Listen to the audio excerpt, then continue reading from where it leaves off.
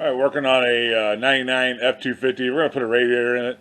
I've actually never put a radiator in one of these before, but I've done a bazillion radiators, so I'm going to go ahead and just go through this with you. We'll learn together, I guess, on how to take it off. Looks like we're going to pull.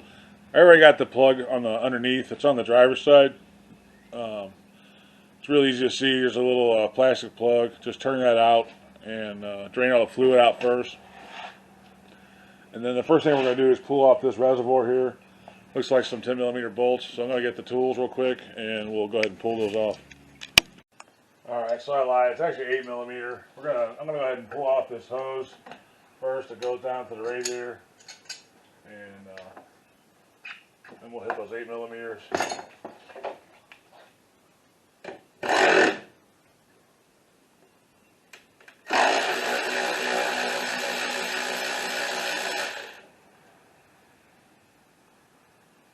I believe there's 2 or 3 of these. And there's 2 down low here.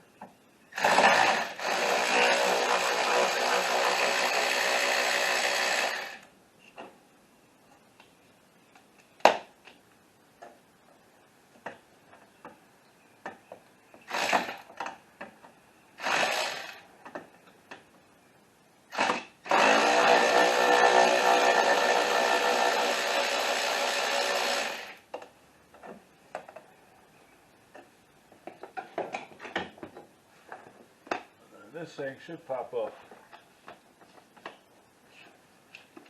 Then we got one more hose on the bottom, and it's a regular worm gear hose clamp. So I'm gonna get the screwdriver for that. We'll pull that off. All right, so I'll go ahead and pull this off. You got the one down here. It might have had a regular worm clamp. That might have been factory. Might be a regular compression clamp. Got the 2 bolts down here and then one up here, and then this you should be able to set off to the side. I'm going to go ahead and pull the shroud off. There's 2 8mm bolts on that. I already got the one over here off. Just going to pull this one off.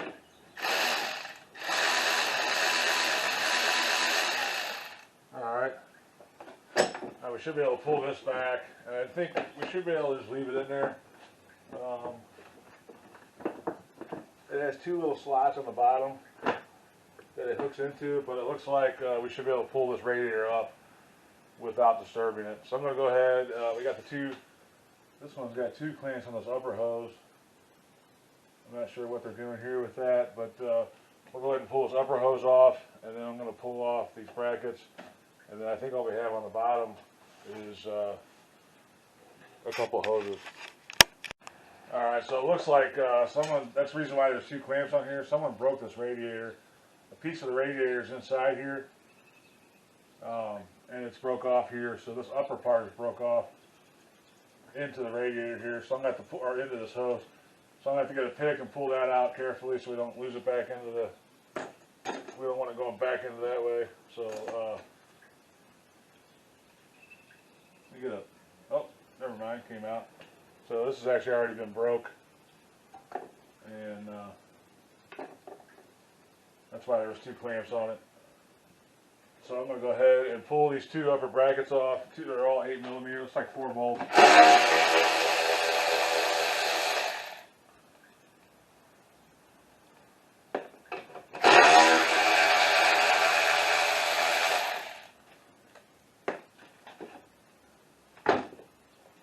There's one under here.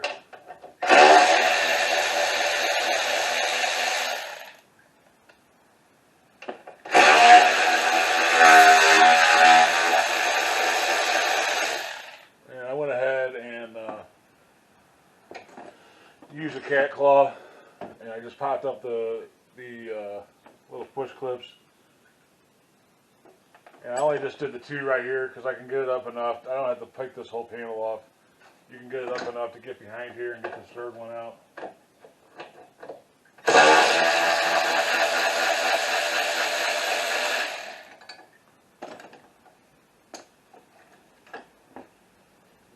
So this is bracket. We'll set that aside. I believe that's all that's holding this in except for the bottom 2 hoses. So we'll go under there real quick and deal with those, and I think we're ready to pull this out. This is a pretty easy one, it looks like so far. Alright, so here's your drain petcock right here. you want to get under here before you start all this and go ahead and loosen this up. This one's already been draining for a while, and it should be pretty empty.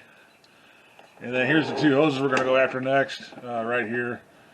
And those are just regular compression style hoses. Well, we're just taking these two lower hoses off. Got this one almost off.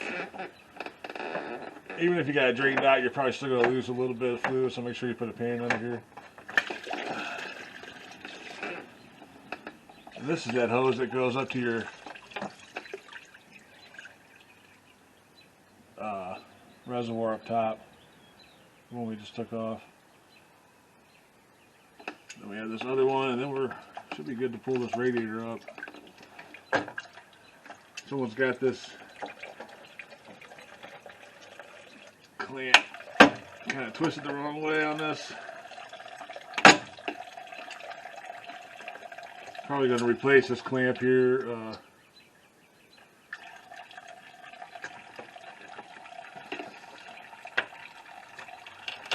Looks like somebody's had it off at one point.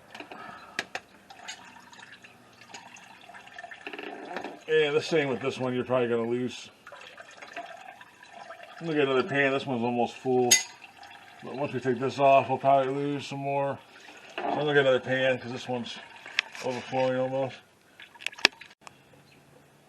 That is one thing to be mindful with these bigger trucks like this. They hold a ton of antifreeze and coolant. So you're going to need a pretty big drain pan under here to catch it all. So I believe this is ready to pull up. I'm going to double check everything, and then we'll go back up top, and I think we're ready to pull this thing up. Alright, so this thing should pull out of here. One thing I will note is this is an automatic transmission, but there's no lines going to this radiator, so I guess it has an external cooler somewhere else on it. Like I said, I'm not sure. I haven't done one of these on a diesel F-250. I don't work on too many diesels actually at all. But there's no transmission lines on this, so if yours does have a transmission line, I'll show you the tool you'll need to take them off. But because Ford uses kind of a different tool than some of the other ones. But this one doesn't have it, so this one should just pull right out. And all I did was... Alright, you can see here, radiator looks like it's leaking pretty good right through here. That's normally where these leak at, is on the seal here. Where the aluminum and the plastic meet, they'll usually leak right there. So anyway, we're going to slip the new one in and start putting it back together. Alright, so we're going to slide this down in there. If you look, you got these little legs on the end of the radiator. Those go in the holes there. So that's kind of your goal, is to get those down in there. It should slide down pretty easy.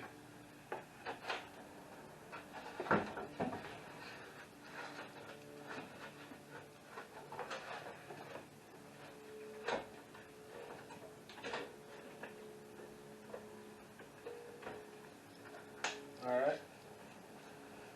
And you can kind of feel it in a rubber, and then once you get them in there, just kind of push them down and lock them in.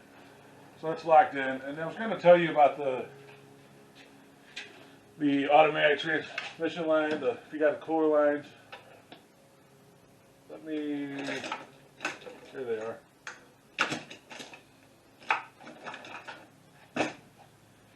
This is what you're going to need on a Ford if you have automatic transmission lines. It's a little bit different than your standard ones. Your standard ones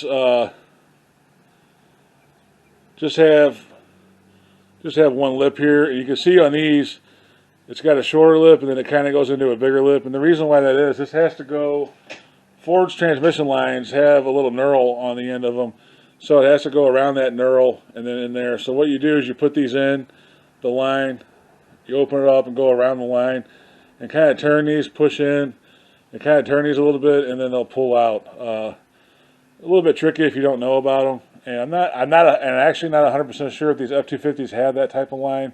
I think they do, but you get these at the auto parts store. It's usually two different sizes, and this is the bigger size. This is the 1/2 inch, and there's another size that Ford uses.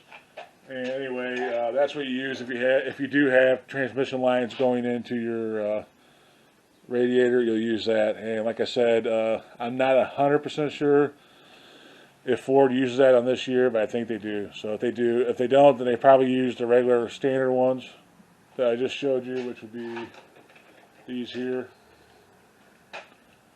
And you can get either one you have. You can get either one at the auto parts store.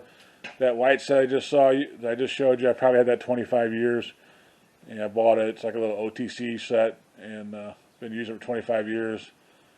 And it's kind of a cheap plastic, but it works really well. I've never had a problem with it. So anyway, we'll go ahead and start putting the rest of this back together real quick. I think we'll go underneath it and put those two hoses on real fast and put the clamps on, and then we'll just start putting it back together. Alright, I went ahead and put the, after you get the radiator down into where it's supposed to be, I went ahead and put the shroud in the brackets down below.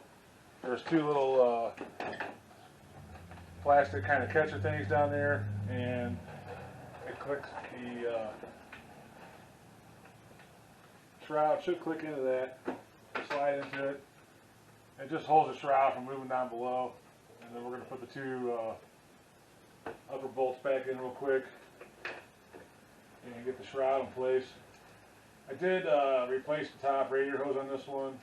He wanted it changed, so it was in the truck with the radiator. He brought his own parts on this, so I don't have any part numbers or anything available. So some kind of off-brand radiator. We're just putting the two.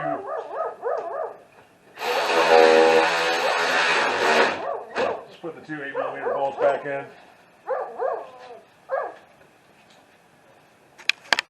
All right, so I'm just going to go ahead and put these brackets back on. And you can see there's a hole here. They just go over the little leg on the radiator. Got these 3 bolts. I already got the other side started. And I bolted up the upper radiator hose.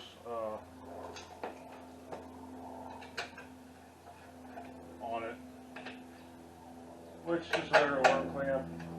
You can see this is a pretty easy job. The only thing I would say is it might be different on yours if you have the radiator line or the transmission cooling lines.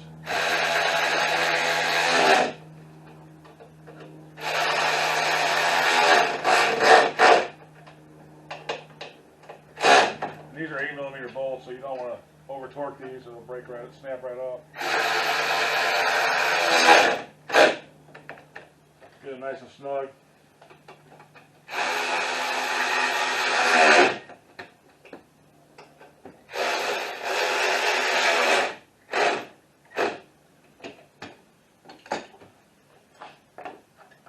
Put your little clips back in where they belong. Those just push back in. And then all we have left is the, you do have to get that line up from below. I got to fish that line out that comes up from below, and then we'll put the reservoir on and ready to fill it up and kick it out. Alright, so I fished out that hose that goes from the bottom of the radiator up to this reservoir tank and hooked it up and tightened it. And then, if you remember correctly, all we got is just these 3 bolts now. And then you will have this one here that goes to the top. And that's pretty much it, I think. Other than filling it up and making sure it's all good. So you can see it's a pretty easy one on there. It's not super hard by any means. And this one especially, not having the transmission cooling lines going to it, it's a breeze. Now if I had a transmission line cooling going to it, those lines, sometimes those can be a pain. But even then, they're at a pretty good spot on this underneath, kind of out in the open, so it wouldn't be that big of a deal. So this will be the last 3 bolts to this. And then I want to show you something on this truck I think is kind of funny.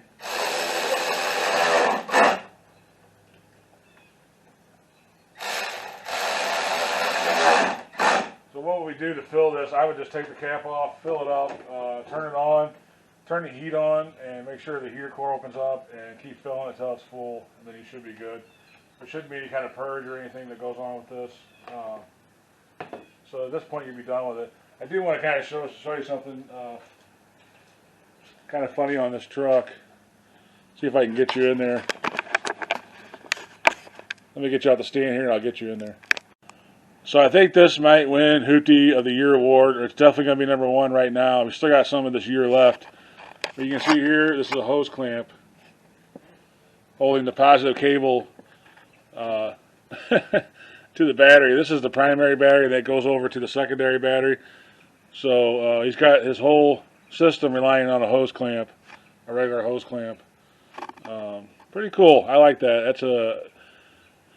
It's very ingenious and almost MacGyver-like. So that right now is winning the award for the most hooptiest thing I've seen all year. So congratulations to this guy. Hopefully he's the number 1 right now. Like I said, there's still quite a bit of time left in the year, but this could be number 1 for the year. So we'll see. We still got some time left. But anyway, like I said, turn it on, fill it up, turn it on, turn your heater on full blast, and let it run for a while, and then keep filling it up till it's full, and you should be good to go. So that's a Radiator on a 99 F-250 with the good old 7.3 diesel in it. And not too hard. If you have a problem with it, you can save yourself quite a bit of money instead of going to a shop or somewhere and do it yourself. It's a pretty easy one. Just basic hand tools and you're good to go. So thanks for watching. As always, God bless.